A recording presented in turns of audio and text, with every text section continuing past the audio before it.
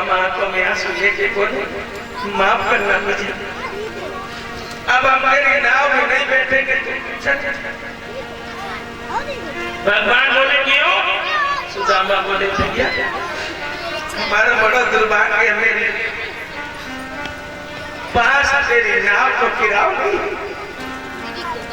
और शास्त्र कहता है कि नाव की उतराई, नाई की मुड़ाई, धोबी की धुलाई, ये कभी पास में नहीं लेकिन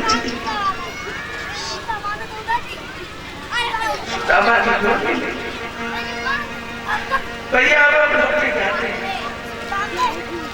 भगवान बोले अरे भैया बहुत अच्छा हुआ कि तुम्हारे पास किराया नहीं है, जिनके पास में किराया होता है हम उनको कभी पार नहीं करते। हम मना जरूर है लेकिन दुनिया से अलग मना, हम तो उसी को पार करते हैं जो हमारे हाथ पर आता है, हम किराया नहीं लेते। जैसे तुम्हारे पास किराया नहीं, वैसे ही हम मना है कि हम किसी से किराया नहीं लेते। मेरे भाइयों ये धन दौलत यही रह जाए, वो परमात्मा का ऐसा घाट है, हमारी दौलत शौलत कोई काम नहीं आएगी। और उसके घाट पर त्यागी पहुंचते, और जब बाकी दरवाजे पर भक्त पहुंच जाता है वो किराया नहीं लेता, वहां कोई रिश्वत नहीं चलती।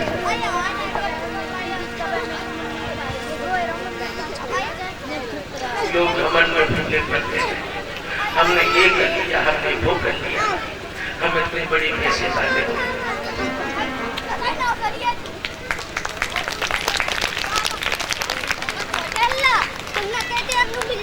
श्रीमान कौशलेंद्र यादव जी जो श्रीमान राम नरेश यादव जी के सपुत्र हैं मिर्जापुर,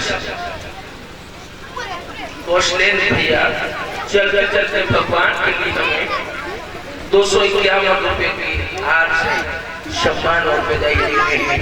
भगवान कौशलेंद्र जी के परिवार को हमेशा धर्म और धर्म से जोड़ते रहे, सदैव गोविंद के चरणों में भक्ति बनी रहे। बोली गोविंद भगवान की। इसलिए दुनिया वालों जिसके जीवन में गोविंद नहीं जुड़ा, ये दौलत हमें भगवान से बहुत दूर ले जाती है। हम भी कहते हैं परीक्षित महाराज एक समय था जब संकट में जूझ देते थे, बड़ा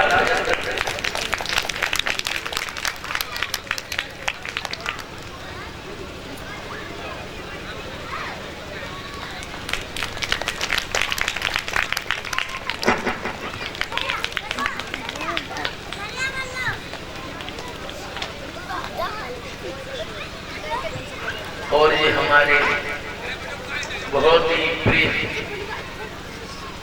शिष्य हैं शास्त्री योगेश चैतन्य, कुदाल फिरोजाबाद से प्रांगण में पढ़ाने हैं, जो आज से 15 साल पहले उनके साथ में रहते थे। 5-6 वर्ष उन्होंने लगातार हमारी बहुत सेवा की। बहुत ही प्यारा बालक है, बहुत ही सम्मान हमें देता है। यूट्यूब पर योगेश चैतन के द्वारा आपने कथा को भी सुना होगा, जो हमें भगवान के लिए 501 मुद्रा और इस मुकुट से सम्मान देते हैं। भगवान इस बेटा को दीर्घायु समृद्धि प्रदान करें। मेरा आशीर्वाद निरंतर तुम्हारे ऊपर है और रहे।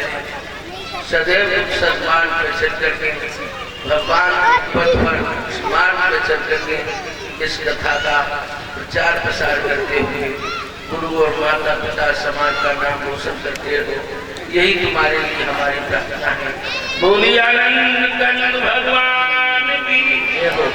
भाइयों,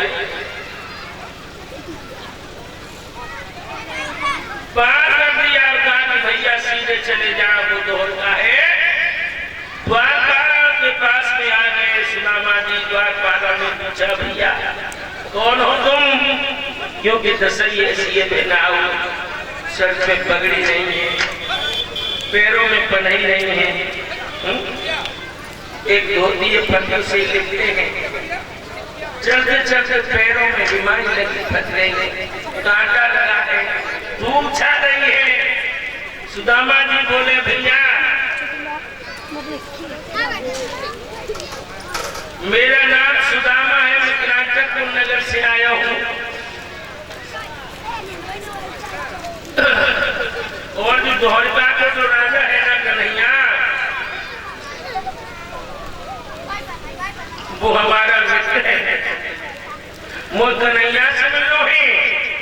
द्वारपाल बोला बारे बेकारी भगवान को अपना मित्र कहता शर्म नहीं आती? तो आंखों में आंसू लेके सुदामा बोले भैया मैं भिखारी नहीं हूँ। क्या बोले सुदामा?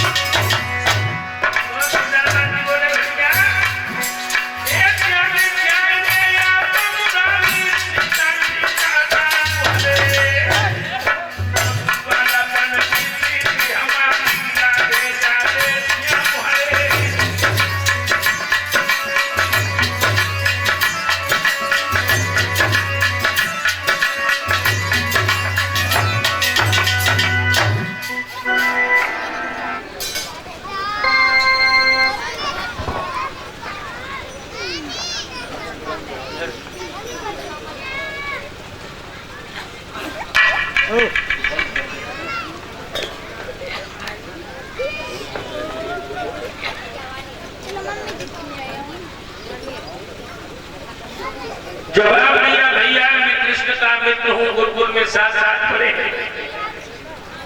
एक बार का द्वारकाधीश को अवगत बना दो।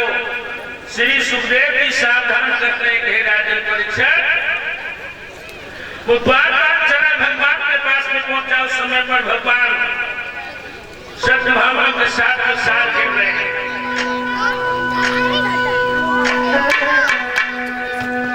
और वो बार बार इसके बाद तो बड़ा बोल दूंगा, 7 दिन हो गए थे सुनता नहीं। कहाँ बात कर रहा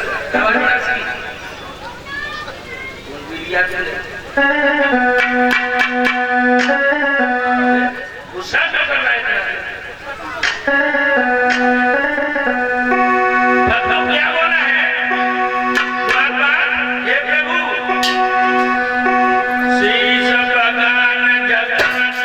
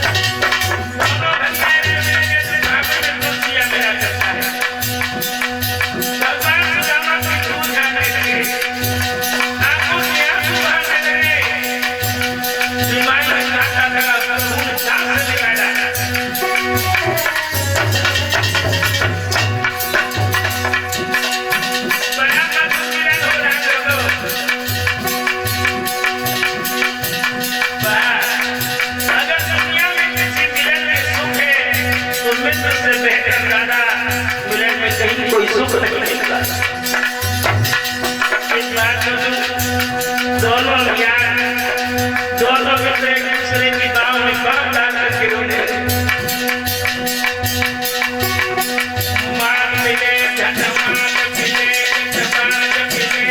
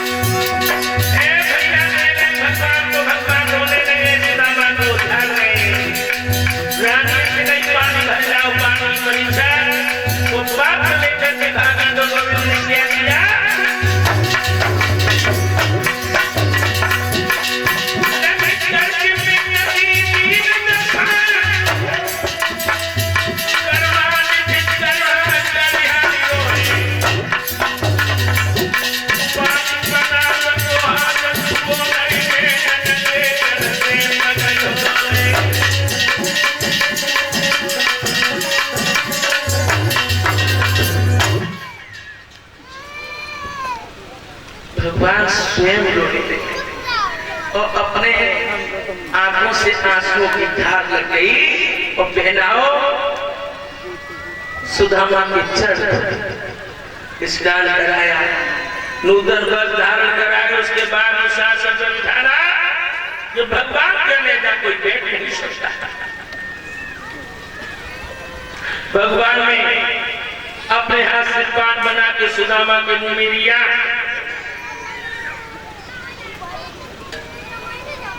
और उसके बाद भगवान शयन कक्ष में ले गए। लेकिन जो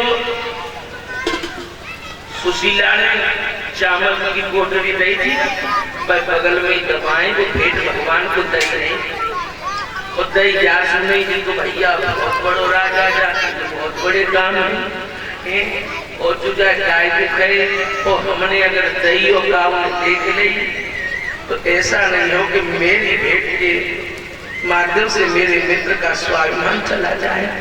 कोई ये न कह दे कि कैसा मित्र है क्या लेके आओ। भगवान बातें कर रहे हैं, पेट दबा रहे हैं, भैया और सब तो सने हैं। अब भगवान बोले सुदामा भैया शादी आदि हुई गई कि नहीं भैया। अब सुदामा बोले लाला शादी हुई गई और 4 गोपाल भी हैं, तेरी कृपा से आनंद ही आनंद। अब भगवान बोले भैया तुम हो बहुत बेईमान, तुमने शादी कर ली लेकिन अभी ब्याह पे हमें बुलाओ। अब हास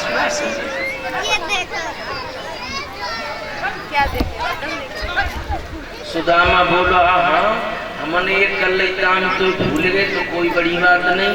तेने 16,108 करे काम में नाम ले, वैसे हम ब्राह्मण थे बुला लेता तो अच्छा ही रहता। भगवान बोले भैया तुम्हारा ब्याह हो मान में तो बड़ी बड़ी लड़ाई नहीं मैं तुम्हारा भैया भाभी से कहीं आए जब आए थे जवाब दिया लाला हटवा देने तो पकई है। सोई भगवान बोले